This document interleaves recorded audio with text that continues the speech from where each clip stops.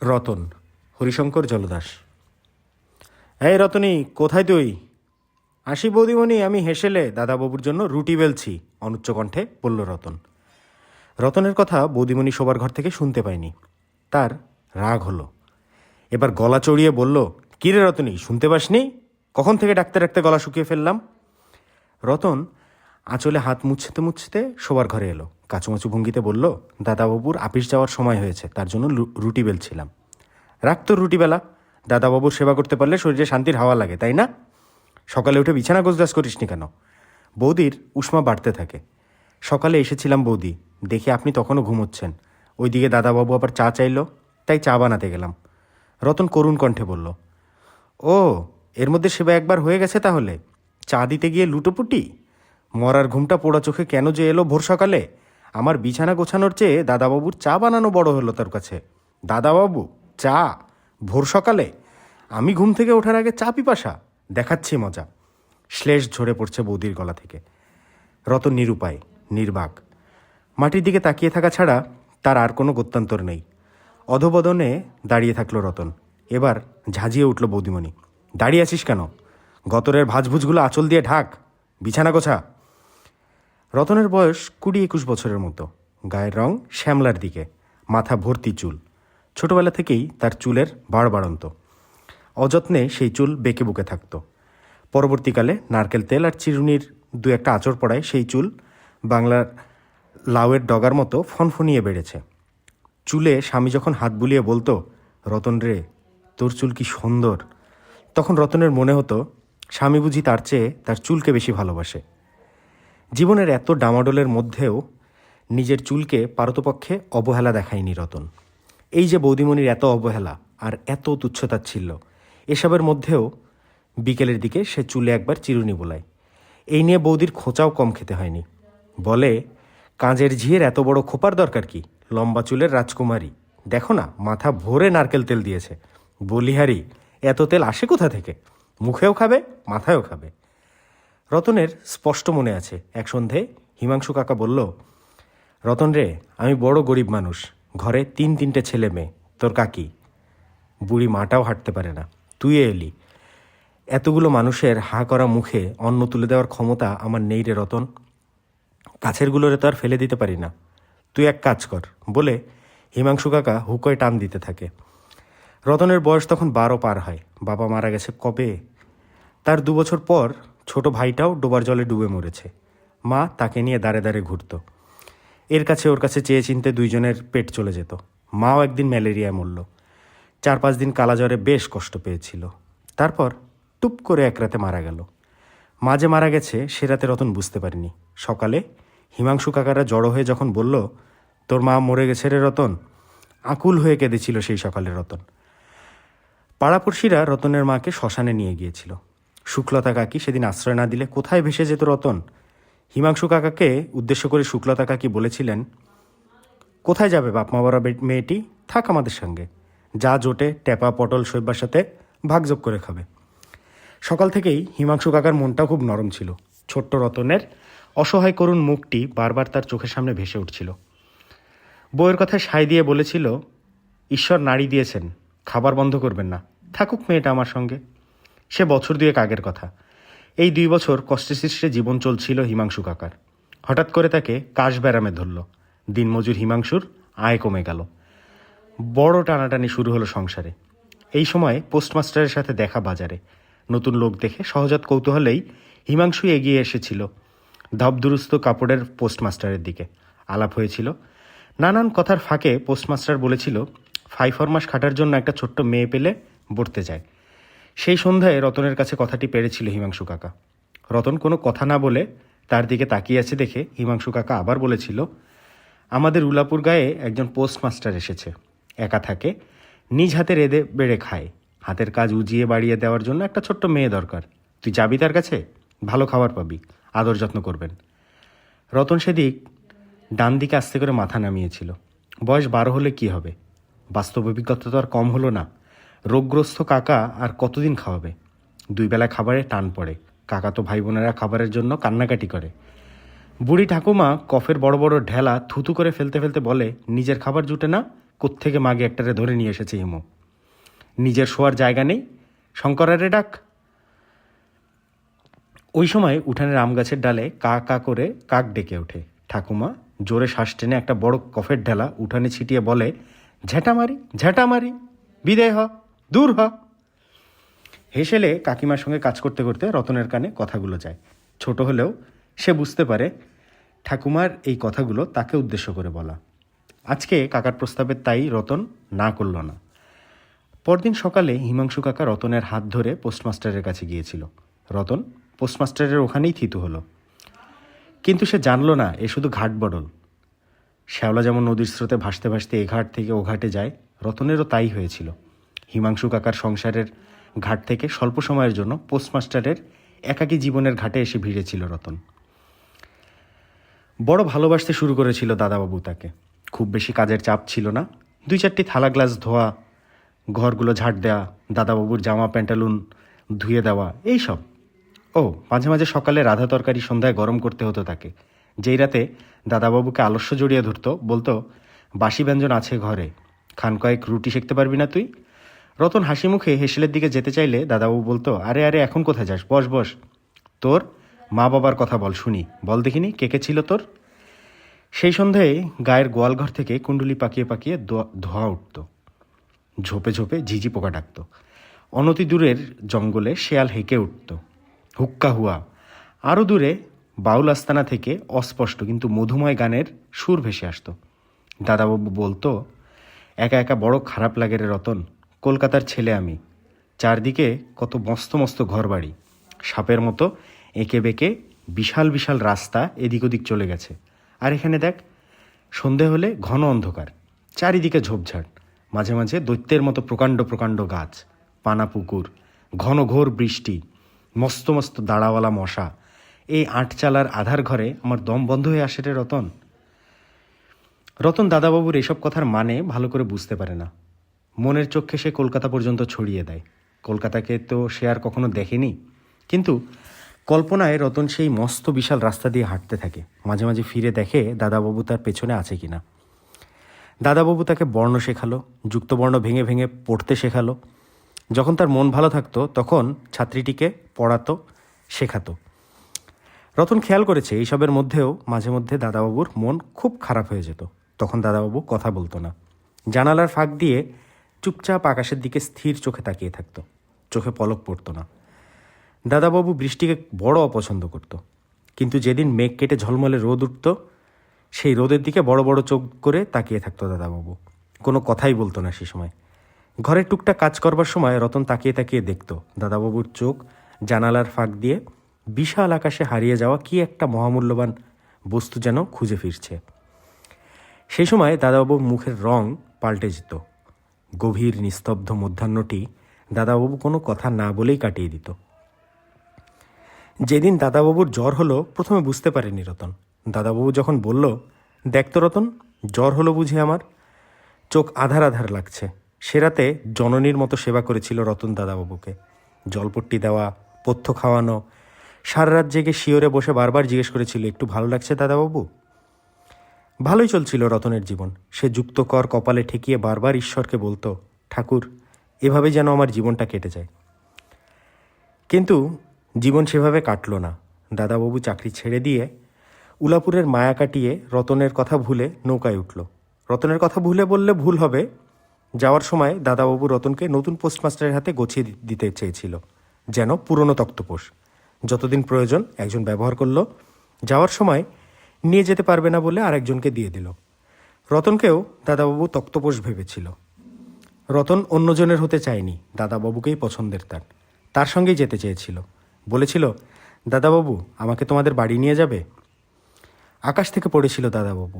সে কি রে বলে চুপ মেরে গিয়েছিল। কোনো ব্যাখ্যা বিশ্লেষণ দেয়নি দাদাবাবু। দিলে কিছুটা হলেও রতনের মনের বেদনা কমতো। তারপর তো দাদাবাবু তাকে টাকা গছাতে চেয়েছিল। এক দৌড়ে সেখান থেকে পালিয়ে না গেলে শেষ পর্যন্ত কি কাণ্ডটাই না ঘটত কে জানে। পালে জোর বাতাস লাগলে নৌকা তরতর করে এগিয়ে গিয়েছিল। দাদাবাবুর মন বিষণ্ণতায় ভরে উঠেছিল সেই সময়। ফিরে যেতে ইচ্ছা করেছিল একবার, কিন্তু কোনো কাজ সম্পন্ন করা সম্ভব নয় তখন সেই কাজ করার জন্য মানুষের মন উদ্গ্রীব হয়। তারপর বাস্তবতার দোহাই দিয়ে সে ওই কাজ করা থেকে বিরত হয় এবং অচিরেই পেছনের সব কিছু ভুলে যায়। পোস্টমাস্টারেরও হয়েছিল তাই। পোস্টমাস্টার ঊর্ধ্বতন কর্মকর্তার কাছে চাকরি ছাড়ার আবেদনপত্র পাঠিয়ে উলাপুর থেকে কলকাতায় রওনা দিয়েছিল। কলকাতায় ফিরে চাকরি ছাড়ার কথা বলায় মা আমূল ভেঙে পড়েছিল। কি বলিস খোকা, চাকরি ছেড়ে দিয়েছিস? খাবো কি? তোর ভাইয়ের পড়াশোনা, বিধবা দিদির ভরণ পোষণ চলবে কি করে? তোর দিকেই তো আমরা তাকিয়েছিলাম। বাবা নেই তোর, তুই তো আমাদের শেষ আশ্রয়। দিশেহারা হয়ে পড়েছিল পোস্টমাস্টার। আবেগ ভালো জিনিস, আবেগের জন্য আশা ভরসা, মানুষের বেঁচে থাকা। আবেগের সঙ্গে বাস্তব জ্ঞান মিশালে মানুষের জীবন সুস্থির হয়। পোস্টমাস্টারের আবেগ বেশি, বাস্তব জ্ঞান কম। আবেগতাড়িত হয়ে ইস্তফাপত্র পাঠিয়ে কলকাতায় ফেরত এসে পোস্টমাস্টার বুঝতে পারল কত বড় ভুল করেছে সে। ইস্তফাপত্র লেখার সময় ভাই বোন আর মায়ের ভবিষ্যতের কথা ভাবেনি যে গোটা পরিবারটাই তার দিকেই তাকিয়ে আছে। মায়ের কথা, ভাইয়ের অসহায় মুখ, বোনের বিষণ্ণ নীরবতা পোস্টমাস্টারের বাস্তব বুদ্ধি জন্মালো। ছুটে গেল সে পূর্ণচন্দ্রের কাছে। পূর্ণচন্দ্র তার সহপাঠী। পূর্ণচন্দ্র পোস্টমাস্টারের সঙ্গেই চাকরিতে ঢুকেছে। মামার জোর থাকায় কলকাতাতেই তার পোস্টিং হয়েছে। মামা হেমাঙ্গবাবু ব্রিটিশ সরকারের গোমস্তা। পূর্ণচন্দ্রের সামনে প্রায় আছড়ে পড়ল পোস্টমাস্টার। ভাই, ভুল করে ফেলেছি মস্ত বড়। চাকরিতে ইস্তফাপত্র পাঠিয়েছি, তুমি বাঁচাও আমাকে। পূর্ণচন্দ্র বলল, কি হয়েছে বলবে তো? পূর্ণচন্দ্র মামার পরিচয় আর নিজের কর্মদক্ষতায় কলকাতার প্রধান পোস্ট অফিসের বড় কর্তা হোয়াইটহেডের নজরে পড়েছে। তাই তার কথায় আস্থার সুর। কি হয়েছে বলবে তো? পূর্ণচন্দ্রের এই কথার মধ্যে রয়েছে ভরসার ইঙ্গিত। পোস্টমাস্টার আদ্যপান্ত সব খুলে বলল পূর্ণচন্দ্রকে। উলাপুর গা, একাকিত্ব, জঙ্গল ভরা সাপ শেয়াল, ব্যাঙের ঘ্যাঙর ঘ্যাং, কর্দমাক্ত মেটে পথ, এসবের ভয় জাগানিয়া বর্ণনা দিল পূর্ণচন্দ্রকে। একটু মিথ্যে মিশিয়ে বারবার করে ভয়ঙ্কর জ্বরে পড়ার কথা বলল। শুধু চেপে গেল রতনের কথা। সব কিছু শুনে পূর্ণচন্দ্র বলল, ঠিক আছে, কাল তো রোববার, বন্ধের দিন, সোমবারে এসো, দেখি বড় সাহেবকে বলে কিছু করা যায় কিনা। পূর্ণচন্দ্র হোয়াইটহেডকে অনুনয় বিনয় করে শুধু পোস্টমাস্টারের চাকরি রক্ষা করল না, দক্ষিণ কলকাতার ছোট একটা পোস্ট অফিসে পোস্টিংও পাইয়ে দিল। তারপর একটা বছর গত হয়েছে, আর এই পোস্ট অফিস থেকে ওই পোস্ট অফিস করে খোদ কলকাতার প্রধান পোস্ট অফিসে পোস্টিং হয়ে পেয়েছে পোস্টমাস্টার। 1, 2, 3 করে পদোন্নতিও হয়েছে তার। সে এখন প্রধান পোস্ট অফিসের হোমরা-চোমরা কর্মকর্তাদের একজন। এর মধ্যে অবশ্য পোস্টমাস্টারের ভাইটি পড়াশোনা শেষ করে রেলে চাকরি নিয়েছে। বিধবা বোনটিও মারা গেছে। মা মারা যাওয়ার আগে বিধুমুখীর সঙ্গে তার বিয়েটা সম্পন্ন করে গেছে। বিয়ের পরপরই পোস্টমাস্টার বুঝতে পেরেছে বিধুমুখী মুখরা। মর্মভেদী কথায় তার তুলনা নেই। শাশুড়ির মৃত্যুর পর বিধুমুখী মারমুখী হয়ে গেল। পোস্টমাস্টার এই মারমুখীর কাছে আত্মসমর্পণ করা ছাড়া আর কোনো উপায় দেখল না। ঘরের সমস্ত কর্তৃত্ব বিধুমুখীর হাতে চলে গেল। বিধুমুখী বাজা নারীরা হয় চুপসে যায়, নয় মারমুখী হয়ে ওঠে। বিধুমুখীর ক্ষেত্রে দ্বিতীয়টা হয়েছে। প্রথম বন্ধাত্বের কারণে নিজেকে খুব অসহায় বোধ করলেও অল্প সময়ের মধ্যে এই অবস্থা থেকে সে নিজেকে মুক্ত করে ফেলল। তার ভেতরের জ্বালা মুখ দিয়ে অনল হয়ে বের হতে লাগলো। স্ত্রীর কারণে পোস্টমাস্টারকে আত্মীয় স্বজন ত্যাগ করতে হলো। একমাত্র ভাই, সেও দাদার বাড়িতে আসা বন্ধ করে দিল। ঝিরা বেশি দিন চাকরি করতে পারে না পোস্টমাস্টারের বাড়িতে। বড় জোর 10-12 দিন বেতন চাইতেও সাহস করে না। বিধুমুখীর দাপটে আর কলজে টান মারা কথায় ঝিরা পালিয়ে বাঁচে। গজরাতে বিধুমুখী ঘরকন্যার কাজ সব নিজ হাতে করে। বিধুমুখীকে বেশি দিন গজরাতে হলো না। রতন এসে উপস্থিত হলো। দাদাবাবু রতনকে ত্যাগ করে আসার পর দীর্ঘক্ষণ ধরে উলাপুরের সেই আটচালা পোস্ট অফিসের চারদিকে অশ্রুসজল রতন ঘুরঘুর করল। তার মনে আশা দাদাবাবু ফিরে আসবে। তার সঙ্গে এত বড় বেদরদি কাজ দাদাবাবু নিশ্চয়ই করবে না। তার মনের মধ্যে একসময় ঠিক অনুশোচনা জাগবে। বুদ্ধিহীন রতন বুঝল না বাস্তবতা কত কঠিন, সত্য কত রূঢ়।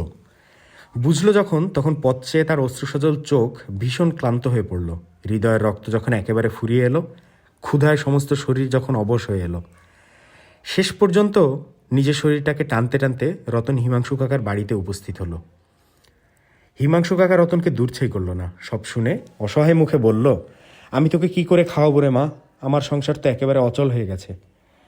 কাকিমা হেসেল থেকে বের হয়ে বলল, আসতে না আসতে অভাবের কথা বলে মেয়েটার দুঃখ আর বাড়িও না, ঈশ্বর আছেন। মেয়েটার মুখের দিকে তাকিয়ে দেখেছ? দাওয়ায় বসতে দাও। রতন হিমাংশুর ঘরে দ্বিতীয়বারের মতো আশ্রয় পেল। কিন্তু হিমাংশুর ঘরে রতনকে খুব বেশি দিন থাকতে হলো না। অল্প সময়ের মধ্যেই দোষ বইরে খগেনবাবুর সঙ্গে তার বিয়ে হয়ে গেল।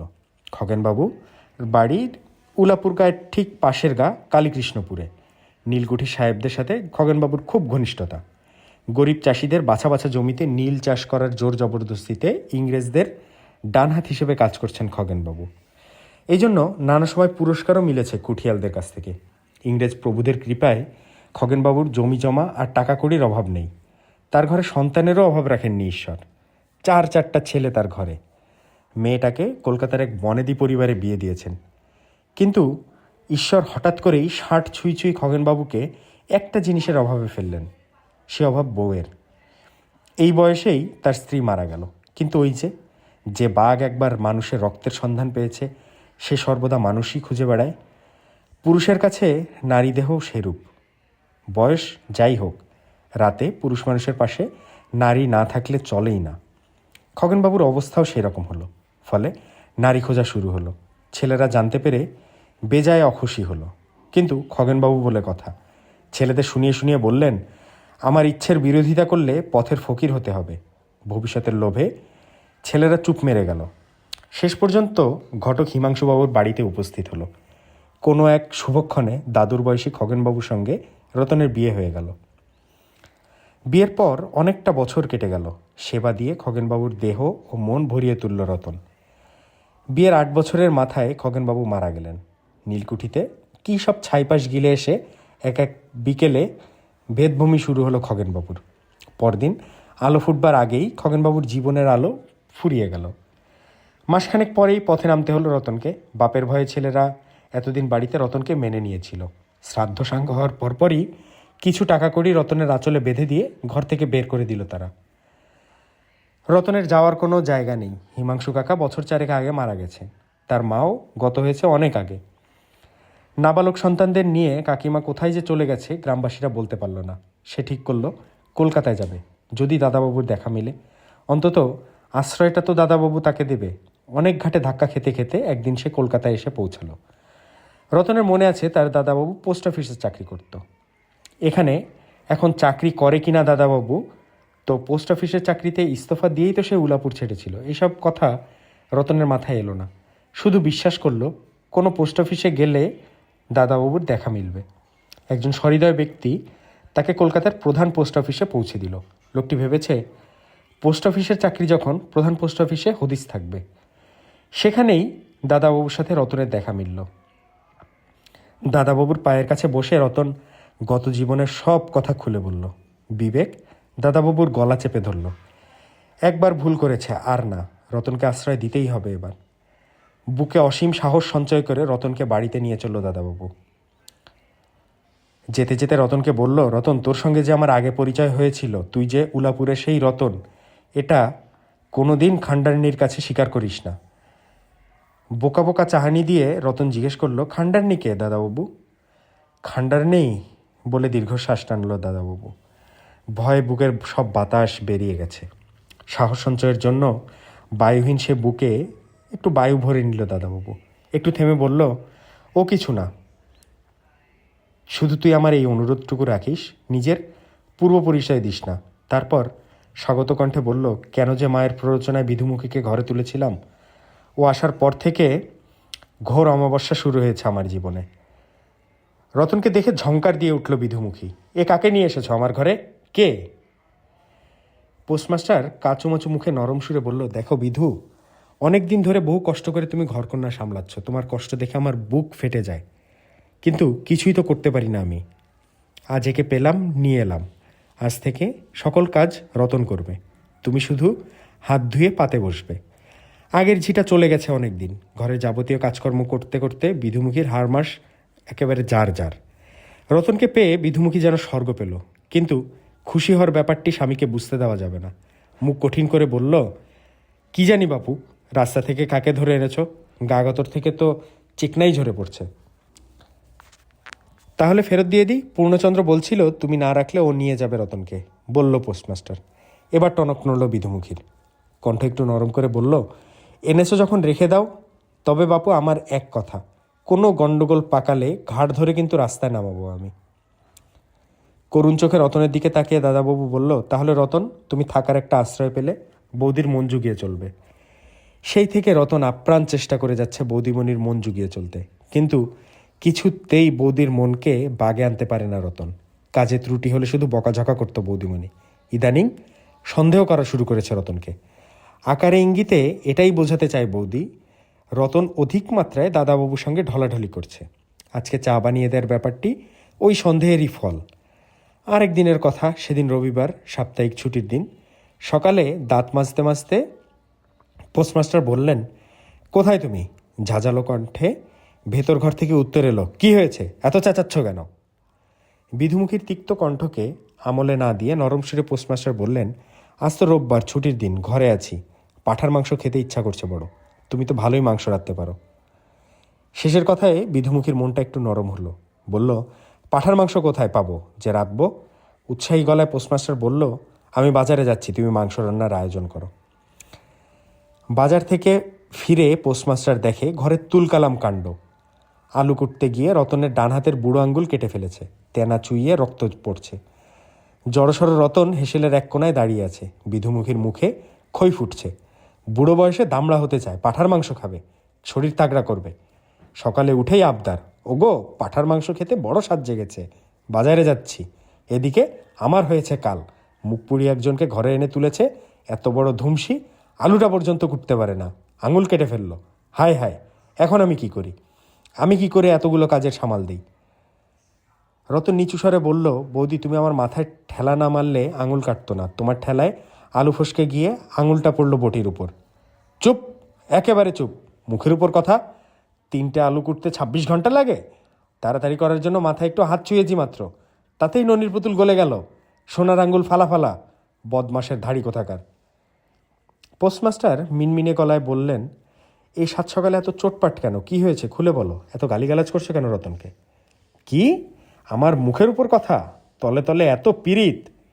এবার পোস্টমাস্টার গলা উঁচু করে বলল, মুখ সামলে কথা বলো বিধুমুখী। খবরদার আরেকটি কথা রতনের পক্ষ নিয়ে বলেছ তো লঙ্কা কাণ্ড হয়ে যাবে এই ঘরে, বলে দিলাম। ওই বাড়ির ঝি, ওকে বকবো কাটবো, সে আমার ব্যাপার। তুমি নাক গলাতে আসছো কেন? তাই বলে বদমাস, ধাড়ি, ধুমসি এইসব? পোস্টমাস্টার বলল, হ্যাঁ, আমার যা ইচ্ছে আমি তাই বলবো। এই ধুমসি, দাঁড়িয়ে আছিস কেন? যা ঘর মোছা শুরু কর। এবার পোস্টমাস্টার সরসে বলল, না, ও ঘর মুছবে না। একটা মেয়ের আঙুল কেটে চৌচির, রক্ত ঝরছে এখনো, ময়লা পানি লাগলে পচন ধরবে। বিধুমুখী শ্লেষ ভরা কণ্ঠে চিবিয়ে চিবিয়ে বলল, ও আবার মেয়ে হলো কখন? শরীরের টইটম্বুর অবস্থা দেখে তোমার মনে হচ্ছে ও মেয়ে? ও যদি মেয়ে হয় তাহলে টসটসে যৌবনের নারী কোনজন? আর পচনের কথা বলছো? সেই ঘরের বাদী, বাদীর হাত পচলেও কি, পাছা পচলেও কি? পোস্টমাস্টারের ভেতরটা রাগে ক্ষোভে জ্বলে উঠল। তীব্র গলায় বলল, আঙ্গুল ভালো না হওয়া পর্যন্ত রতন এই ঘরের একটি কাজও করবে না। এই আমার শেষ কথা। তাহলে তুমিও আমার শেষ কথা শোনো। এই রতনী, হাড় বজ্জাত, আমার ঘর ছেড়ে না যাওয়া পর্যন্ত আমি জল স্পর্শ করব না, বলে হাতের পাতিল মেঝেতে আছড়ে ফেলল বিধুমুখী। ঝনঝন আওয়াজ ঘরের ভেতরে বাতাসে প্রবল আলোড়ন তুলল। সেই আওয়াজ দরজা জানালা ভেদ করে কলকাতার আকাশে বাতাসে ছড়িয়ে পড়ল। হঠাৎ করে পোস্টমাস্টার নির্বাক হয়ে গেলেন।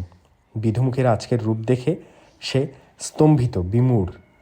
বৈঠক ঘরে গিয়ে চোখ বন্ধ করে স্তব্ধ হয়ে বসে রইল পোস্টমাস্টার। তারপর রতন চোখের জল ঝরাতে ঝরাতে ঘর মুছল, সকালের বাসি কাপড় চোপড় ধুলো। কিন্তু বিধুমুখীর এক কথা, রতনকে এই বাড়ি থেকে চলে যেতে হবে। শোয়ার ঘরে ঢুকে সে দরজার খিল লাগিয়ে দিল। পাঁঠার মাংস পড়ে রইল হেসেলের এক কোনায়, আলু, পটল, কাঁকরোল একধারে এধারে ওধারে ছড়িয়ে ছিটিয়ে থাকলো। গোটা দুপুর চুলায় আগুন জ্বলল না। বিকেলের আকাশ মেঘে ছেয়ে গেছে, বৃষ্টি পড়ো পড়ো। রতন দাদাবাবুর সামনে এসে দাঁড়ালো, হাতে কাপড়ের একটা পোটলা। দাদাবাবু, আমি যাচ্ছি। শুনে গদিতে হেলান দেওয়া পোস্টমাস্টার চোখ খুলল, দেখল তার সামনে রতন দাঁড়িয়ে, মেঝের দিকে চোখ তার। কিছু না বলে রতনের দিকে শুধু তাকিয়ে থাকলো পোস্টমাস্টার। যাই দাদাবাবু, বলে উপুড় হয়ে প্রণাম করল রতন। তারপর বদ্ধ দরজার সামনে গিয়ে গলা উঁচিয়ে রতন বলল, বৌদিমণি দরজা খোলেন, আমি যাচ্ছি। আপনি জল স্পর্শ করেন। মূল দরজা খুলে রাস্তায় নামল রতন। রতনের পেছনে তিক্ত অতীত আর সামনে অজানা ভবিষ্যৎ।